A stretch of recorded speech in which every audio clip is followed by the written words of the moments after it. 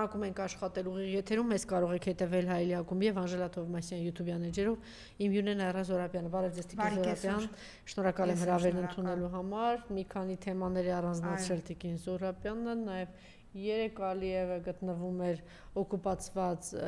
Արցախում, Շուշիում եւ այնտեղից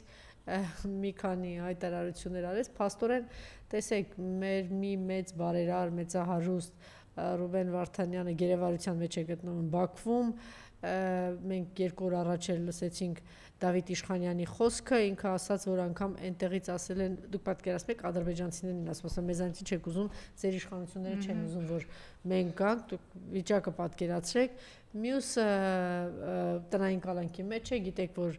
6 ամսից ավել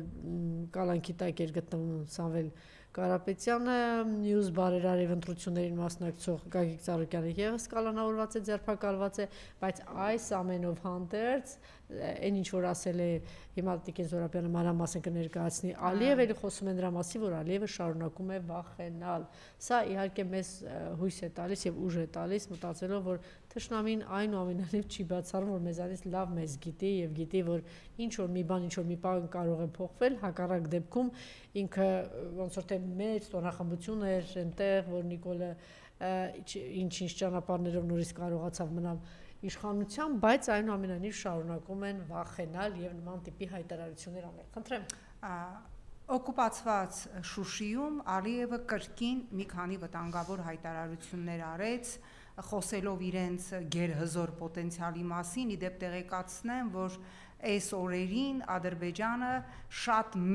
մեծածավալ զորավարժություն է անում, իսկ ինչ է կատարվում այս օրերին Հայաստանի պաշտպանության բանակում կամ պաշտպանական ոլորտում գենշտաբի պետը ընդհանրապես տեղեկացնում է, որ այն զորամասում հերթական ճաշարանն է բացվել։ Ալիևը խոսեց Ադրբեջանի եւ Թուրքիայի ոչ միայն եղբայրության, այլև նույնական լինելու մասին, հերթական անգամ ասելով, որ մեկին վտանգ սպառնա, մյուսը ամբողջապես կանգնելու է թիկունքին, եւ Ալիևը ուղղակիորեն սպառնաց միջազգային կառույցներին, հայտարարելով, որ Ադրբեջանի օրակարգում շարունակում է մնալ Եվրոպայի խորհրդի խորհրդարանական վեհաժողովից եւ ընդհանրապես Եվրոպայի խորհրդից դուրս գալու հարցը, եւ պատկերացնում եք, այս մարտիկ Ադրբեջանի քաղաքական էլիտան Ալիևը ինչպես ժամանակին վախենում էր Հայաստանի նախկին նախագահներից եւ ասում էր, ես հաղթել եմ ոչ թե Նիկոլ Փաշինյանին, այլ հաղթել եմ Սերժ Սարգսյանին ու Ռոբերտ Քոչարյանին, հիմա չի բավարարվում նրանով, որ Բաքվի բերդում շարունակվում է խոշտանգվել Ռուբեն Վարդանյանը, հիմա էլ ակնարկներ անում, որ Ժոզեֆ Բորելը Օկամպոյի միջոցով ֆինանսավորվել է Հայաստանի մի ռուսահայ մի օլիգարխի կողմից, Ռուսաստանահայ, որը հիմա գտնվում է տնային կալանքի մեջ, այսինքն չնայած այս իրենց բնութագրման պես ջախջախիչ հաղթանակին, որ իրանք տարել են Հայաստանի հանդեպ եւ շարունակում են Հայաստանին թելադրել իրենց սեփական օրակարգը, Ալիևի ռեժիմը, Ալիևը շատ լավ հասկանում է, որտեղից կարող է ինքը վտանգ ունենալ եւ շարունակում է իր ռեժիմի եւ իր երկրի հիմնական թշնամիներ համարել Հայաստանի նախկին նախագահներին եւ այն ընդդիմադիր քաղաքական ուժերին, որոնց լիդերները այսօր կամ կալանքի տակ են, կամ տնային կալանքի տակ են եւ նաեւ Բաքվում գտնվող մեր ռազմագերիներին, իդեպ նաեւ նորից հիշեցնեմ ընդամենը օրերս Ջեյյուն Բայրամովի հայտարարությունը, որ իրանք իրանց օրակարգից չեն հրաժարվում եւ կրկին ասած բառացի մեր սպասումը Հայաստանից այն է, որ Հայաստանի սահմանադրությունից հանվի անկախության հռչակագիրը եւ դրանից հետո ասում է Ջեյյուն Բայրամովը կարող է այն ասում է ключевое слово կարող է ստորագրվել խաղաղության պայմանագիրը, իսկ Ինչի է իրականում Ադրբեջանը ուզում դուրս գալ միջազգային կառույցներից եւ մասնավորապես Եվրոպայի խորհրդից, որտեղ ինքը շատ լավ հասկանում է, որ անգամ այս պրեսինգի տակ, միջազգային կառույցներ կան, եվրոպացի պատգամավորներ կան, գործիչներ կան եւ Հայաստանում գործիչներ կան միջազգային հարթակներում աշխատող, որ անգամ այս պրեսինգի եւ տոտալ ադրբեջանական սև խավիարի ու նավթադոլարների ազդեցության տակ կարողանում են ձայն բարձրացնել միջազգային կառույցներում։ Բայց ես Տիկին Թովմասյան ուզում եմ անդրադառնալ նաեւ Բաքվում այս օրերին ընթանում է ուրեմն այս օրերին Բաքվի ռազմական դատարանում ընթանում է մեր ռազմագերիների եւ մասնավորապես Արցախի ռազմաքաղաքական էլիտայի վերաքննիչ բողոքները նախորդին խոսել է Բակո Սահակյանը, խոսել է Լևոն Մնացականյանը, դրանից առաջ մեր մյուս ռազմագերիները Դավիթ Իշխանյանը, Դավիթ Բաբայանը եւ մյուսները բոլորը ասել են, որ այս ամբողջ մեղադրանքը ֆեյք է, սուտ է եւ ինչպես օրերս իր ձայնային հաղորդագրության մեջ փոխանցեց Դավիթ Իշխանյանը, ինքը դատարանում հայտարարել է սա էթնիկ ատելության դատավարություն է եւ հայտարարել է Դավիթ Իշխանյանը, որին միացել են Արցախի ուրեմն ռազմաքաղաքական էլիտայի բոլոր մեր ռազմագերիները, Դավիթ Իշխանյանը ասել է, որ այստեղ անգամ խոսք չկա նույնիսկ Ադրբեջանի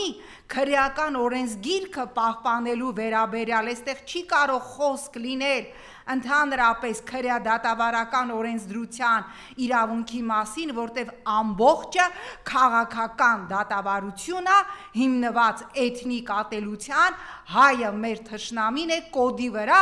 եւ մի հատ զարհուրելի օրինակ բերեց իր ձայնային հաղորդագրության մեջ Դավիթ Իշխանյանը, ասելով, որ ռազմագերիներից մեկը,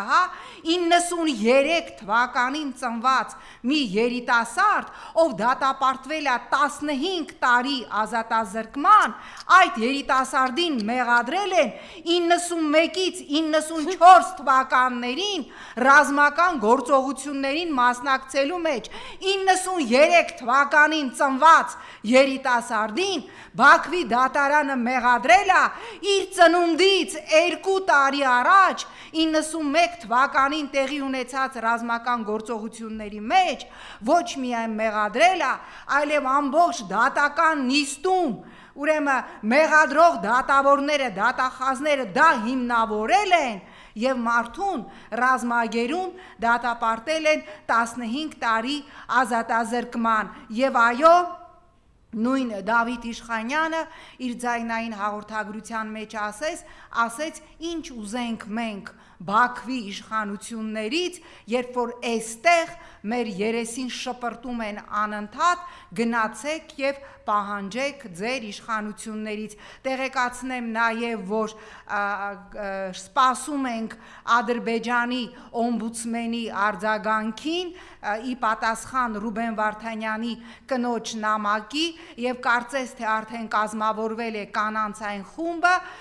որ պիտի մեկնի, եթե ադրբեջանական կողմը վերջապես հաստատի այցելելու մեր ռազմագերիներին եւ կանանց ուզածը ինչ է, որ հանդիպենք մեր հայրերին, մեր ծնողներին եւ փոխանցենք ընտանեկան լուսանկարներ, փոխանցենք անհրաժեշտ հագուստ, որովհետեւ Ռուբեն Վարդանյանը այս վերջերս ասեց, որ ռազմագերիներ կան, որ 3 տարուց ավել նույն մայկայով են, անգամ շոր չունեն հագնելու։ Եվ սա է Ադրբեջանի ժողովրդավարությունը, սա է Ալիևի ասած խաղաղությունը, որ իրանք իբր պարտադրել են Հայաստանին։ Իսկ Հայաստանի հասարակությանը վայրի բարբարոս ինչ որ միջոցառումներ, բաներ, ինչ որ կատարվում էր հրապարակում,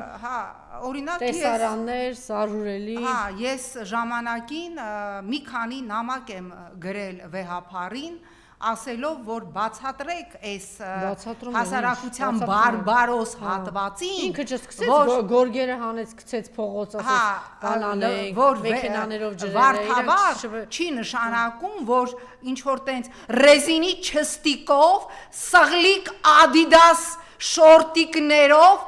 սեռաքաղց վիժվածքներ, պետք է դուրս գան փողոց եւ բոլորի վրա սենց վեդրոներով ջուր լցնեն։ Գնացեք այդ ջուրը ձեր մամայի վրա լցրեք, 1000 անգամ ասել եմ, որովհետև եկեղեցական սիրուն տոնը վարդավառ, որը նշանակում ընդամենը ջուր ցայել քո մերձավորի, քո ընտանիքի անդամի վրա, դա եկել է նոյից, չի նշանակում բարբարոսաբար շլանգները բռնած, հա, նայում ես 25-30 տարեկան, ինչ 25-30, ասում եմ, եթե քո քաղաքապետը կազմակերպում ասես փրփուրներով, բաներով, մեքենաներով, ասես գազանի նման, ուզում է գնա, հրապարակ գնացածները ցանկացել են դրան մասնակցել, բայց եթե փողոցով անցնում է եւ ցույց է տալի, որ դա օրինաչափություն է, նորմա, ընդունելի է, ողջունելի է, տարածում է տալիս, բա բնականաբար մարդը ասում, դե եթե այդ մարդը նստած այդ բաներով, խողովակներով փրփուրը ցանում, ուրեմն նորմալ է դա։ Քանի դեպք կա եղել, որ ավտոբուսի դռները բացվել է, ջուր են լցրել, 1-2 տարի առաջ էր տարեցկին ինֆարկտ ստացել, լավ, այս բարբարոսությունը պիտի կարգավորվի, թե չէ, ձեր մամայի հետ խաղացեք, ձեր պապայի վրա ջուր լցրեք, անծանոթ մարդկանց փողոցում շլանգներով, կեղտոտ դույլերով ջրելու իրավունք դուք չունեք, այդ եկեղեցական տոնը մի աղավաղեք, մի վերածեք, ինչ որ, ես չգիտեմ էլի, ինչ որ դες բորենիների խրախճանքի, սա նորմալ չի, սա այս մասով ես ուզում եմ Արեգնազ Մանուկյանը կալանավորված է, երեկ առաջ օրը ես քիչ առաջ ընթերցեցի, խոսել էր նաև սրա մասին, շինծու գործի մասին Անդրանիկ Թևանյանը եւ ամբողջ աբսուրդը, ես արդեն չգիտեմ քանի օր է դրա մասին եմ խոսում, եւ ասում եմ փակ բան է եղել, հետո պարզվում է, որ Գեղամանուկյանը ասեց ես դուրս եմ եկել, կետերով ներկայացրել եմ, թե ինչ է քննարկվել, ամբողջը հրապարակվել է, որևէ գաղտնի բան չի եղել, բայց հիմա տեսակ, որ Եվրոպայի այդ Բարձրաստիճան Պաշտոնյանն ասում է, մենք հիբրիդային պատերազմի դեմ նորից բան փող պիտի տանք, հիմա իրական հիբրիդային պատերազմող Եվրոպան, Թուրքիան, Ադրբեջանը, հավաքական արևմուտքը մեր դեմ, բայց այս ամբողջը կազմում է նրա համար, որպեսզի ասի տեսեք, հիբրիդային պատերազմ Ռուսաստանի Դաշնությունն է արել այս մարդկանց ձեռքով, բայց քանի որ շատ ծիծաղելի էր Անդրանիկ Թևանյանի գործը, հիմա փորձում են սա տարածել բոլոր նրանց վրա, ովքեր որ այս կամ այն կերպ առնչվել են Անդրանիկի հետ, խնդրեմ։ Ուրեմն Եվրոպական միությունը ոնց որ թե նորից հիբրիդային պատերազմի դեմ պայքարելու լրտեսների, շպիոնների, գործակալների, թղթեր հանողների, թղթեր տվողների, ես չգիտեմ ինչերի դեմ նորից գումար է պատրաստվում տալ Հայաստանին, մի հատ խնդրում եմ այդ հիբրիդային պատերազմի ջատագովները, այդ որ նորից Հայաստանը պատրաստվում են փրկել հիբրիդային պատերազմից, մի հատ թող այս հարցին պատասխանեն, հա, որ ռուս պրանկները, հա, Նիկոլի անունից զանգահարել էին ԵԱՀԿ գլխավոր քարտուղարին, այստեղ ключевое слово թուրք գլխավոր քարտուղարին եւ նա իմանալով որ Նիկոլի հետ էր խոսում իր աջակցությունը իր պատրաստակամությունն էր պատրաստվում հայտնել վեհապարի դեմ պայքարում որ ինքը բարձրաստիճան պաշտոնյա է այնտեղի այո ինչի մասին է խոսքը ԵԱՀԿ գլխավոր քարտուղարը այսինքն առաջին հերթին այդ բարձրաստիճան պաշտոնյան ինչ է պատրաստվում անել մեր պետության մեր դեմ հիմա Դրանց ավելի հիբրիդային ճիշտ եք ասում։ Հիմա այդ եմ ասում, Եվրոպական միությունը նորից սենց դուրս է եկել մայրուղի եւ պատրաստվում է հսկայական գումարներ տար Հայաստանին հիբրիդային պատերազմի դեմ պայքարելու համար, հասկանալի է ռուսիշպիոն, գուբերնիայի, կրեմլիստրուկ եւ այլն, այդ ծրագրի շրջանակում է։ Հիմա այդ ԵՄ պաշտոնյաներին, կայակալասներին, ուրսուլաներին հարց ունեմ։ Ռուս պրանկները Նիկոլի անունից զանգահարեցին ԵԱՀԿ գլխավոր քարտուղարին ազգությամբ թուրք ամենաբարձրաստիճան պաշտոնյան աշխարհում այս մարդն է եւ այս մարդը մտածելով թե խոսում է Նիկոլի հետ իր պատրաստակամությունը հայտնեց աջակցելու Հայաստանի իշխանություններին վեհապարի դեմ պայքարում հիմա հարց ասում է ԵՄ պաշտոնյաներին, սա հիբրիդային պատերազմի տեսակ է թե ոչ, եւ այդ գումարները, որ դուք ուղղելու եք Հայաստան նորից հիբրիդային պատերազմի դեմ պայքարելու համար, օրինակ ԵԱՀԿ թուրք գործող գլխավոր քարտուղարի պաշտոնանկության հարց դնելու եք, թե չէ, որ նա ուղղակիորեն միջամտել է Հայաստանի կրոնի հայ առաքելական եկեղեցու ներքին գործերին եւ ասել է, որ կաշխատենք ամեն ինչ կանենք։ Սա հիբրիդային պատերազմ չի, ալո, բա սա ինչ է։ Սա հիբրիդային ամենացնցուն մինչ այժմ իմ տեսած, իմ լսած ամենացնցուն պատերազմներից մեկն է։ Ես ուզում եմ ակնկալել, որ ԵՄ պաշտոնյաները, ովքեր ամեն ինչ անում են իրանց ասելով Հայաստանի ինքնիշխանությունը եւ ժողովրդավարությունը փրկելու համար, կբարձրացնեն ԵԱՀԿ գործող գլխավոր քարտուղարի պաշտոնանկության հարցը եւ որպես հիբրիդային պատերազմի ամենացցուն օրինակ ԵԱՀԿ-ն կդնի նրա շատ արագ պաշտոնանկության եւ հրաժարականի հարցը։ Ինչ որ բաներ ձիերի հետ կապված հասցրեցիք, Մարիամ, լսել։ Հա, որ հասել են ձիերին, չէ, ուզում եի հասկանալ, դե գիտեք, որ սովի փորձում էին սովի մատնելով անկել նաև ձիերին, բայց ես հետևում էի 3 առաջ օրը ուսումնասիրել էր Տիկին Սորապյանը։ Ես գիտեմ դա, ես դա շատ վաղուց գիտեի։ Եվ նաև առույցների հետ կապված փաստորեն քիչ առաջ ասեցի, բայց կխնդրեի թվերը ներկայացեք, փաստորեն դրանք բացառիկ, դա է ասում, որ դուք պատկերացնում եք, եթե հանկարծ մի շամ պոչ տրորվեր Եվրոպայում, հիմա այդ կառույցները ոնց էին կեղեքվել կամ ասենք առնետ, գիտեք, որ օրինակ Փարիզում ինչքան շատ առնետներ կան, չէ, եթե հանկարծ համարձակեն մի քիչ շատ այդ առնետներին սատկացնեն, ինչ մի աղմուկ էր բարձրանալու, ուրեմն բացառիկ տեսակի, խնդրեմ, ես ներկայացեք ինչ է կատարվում։ Վերջերս Ամստերդամում էի եւ Այնտեղ գիտեք, մարդիկ կարող են, քանի որ այնտեղ այդ կանալները, հաղորդակցությունը նաև այդպես է, այնտեղ կանալներում կարող են, հա, նավի վրա բնակվել, կարող են ունենալ սեփական փոքրիկ նավը, որը նաև տուն է, եւ այդ հոլանդացու հետ որ զրուցում էի, ասեց նոր եմ այս նավը գնել եւ 6 ամիս կանալով շարժվելու իրավունք չունեմ, ասեցի ինչի, ասեց որտեվ իմ նավը այս տարածքում նոր է, որպիսի նավով, որպիսի այնտեղ գտնվող բադերը ստրեսի չենթարկվեն, 6 ամիս ես որևէ իրավունք չունեմ իմ նավը տեղաշարժելու, միջև նրանք հոգեբանորեն բադերը այդ կանալներով որ գնում են Հոլանդի, հոգեբանորեն վարժվեն, որ այստեղ նոր տուն նավ կա, սա քաղաքակիրթ Եվրոպան է, որը լրեց, երբ բնության մեջ հազվագյուտ, սպիտակ վագրեր, բնության մեջ կա 150 հատ, որից մեկը Ծառուկյանիններ, իսկ սպիտակ առյուծներ, բնության մեջ կա 300 հատ, որից մեկը անկեց, որովհետև երբ որ վերցնում սենց պիստալետով քնացնում են անհասկանալի դոզայով այդ կենթանիներին տեղափոխելու համար, մի հատ պիտի վերցնեին իրանց բժշկական թուղթը, տեսնեին ինչ հիվանդություններ ունեն, ոչ թե այինի աշխատողը, հա, ոչ թե այինի աշխատողը վերցներ ու սենց քնացներ եւ արդյունքում ունենային կանկում, բայց ճիշտ է Տիկին Թովմասյանը, բա ուր են այդ կենթանասերները, որ մի հատ փիսիկի բեղ պոկվեր, զորապահասում էին, հասկանում եք, մեկը տենց ունենք, այդպես է խոսում, թիթեռների մոտ, անկեղծ եմ ասում, հիշում եք թիթեռների համար, որ գալիս է, հետո դրանից հետո առագիլները,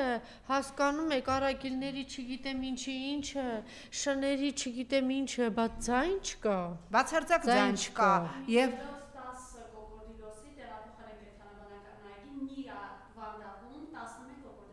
Այո, որը բնականաբար անթույլատրելի է մեր կենթանաբանական այգին, քանի որ ես մշտապես կապ եմ ունեցել նաև որպես հանձնաժողովի նախագահ, մշտապես եղել է աղետալի վիճակում, ես ընդհանրապես մի բան կարող եմ ասել, որ այս հազվագյուտ կենթանիները այդ կենթանաբանական այգում, այդ պահպանման, այդ սննդի պայմաններում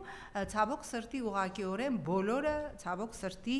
վերանալի են։ Բա սեփականության իրավունքը, ասում եք, հիշում եք, որ ասեցի մատիկալոնը ցանել են։ Իմ ադիկանոնը պակասել է, հիշում եք Նիկոլ, որ ասեց մտել են ադիկանոն, հետո սենյակից չգիտեմ ինչ են տարել, ասա գողություն, ասա ինչ է կոչում, մտես մարդու տարած, մարդու եղած չեղածը գողանաս տանեց, գող։ Ուրեմն ամբողջ եվրոպական իրավունքի սուրբ կովը ալֆան եւ օմեգան դա մարդու սեփականության իրավունքն է։ Այդ կենթանիները արգրավել են որպես իրեղեն ապացույց, լուրջ եք ասում, այսինքն նենց Խոսրովի անտառում սպիտակ արյուծ, սպիտակ վագրեր իրանք են խփել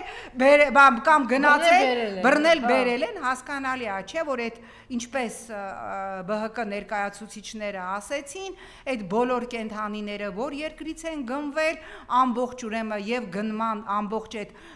փաստաթղթավորումը եւ մաքսազերծում եւ ամեն ինչ եւ յուրաքանչյուր այդ կենթանիներից ունեցել է իր անձնական բժիշկը, իր անձնական սննդաբանը, որովհետեւ դրան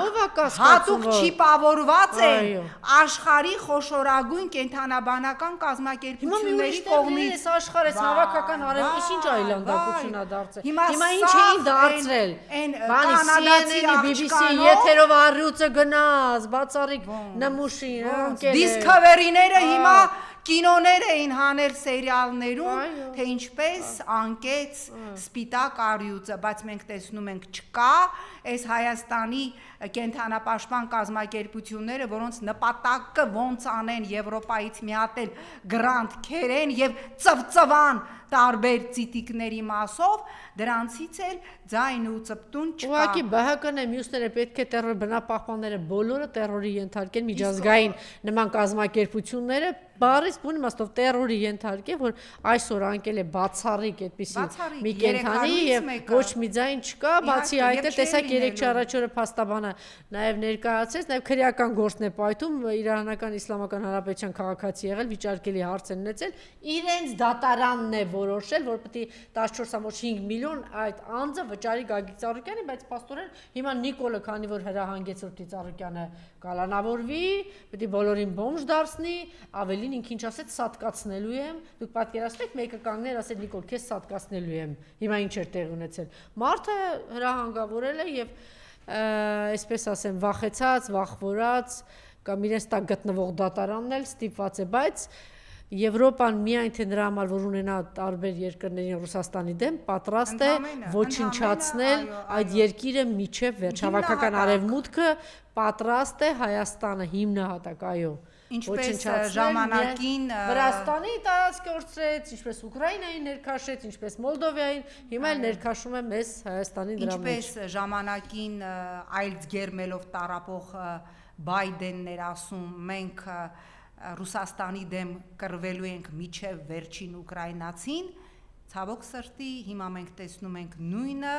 որ ինչ որ մի հատ շատ վտանգավոր թեզ են ներմուծել, որ երբեմն ժողովրդավարությունը պաշտպանելու համար պետք է լինում նաև ոտնահարել մարդու իրավունքը, սա ֆաշիստական, սա նացիստական թեզ է, որի անվան տակ ամեն ինչ կարող են անել, կալանավորել, նախորդին էլի մասնակցում էի Արմեն Աշոտյանի դատական նիստին, դատավորի ծիծաղը գալիս է, չի կարողանում դատավորը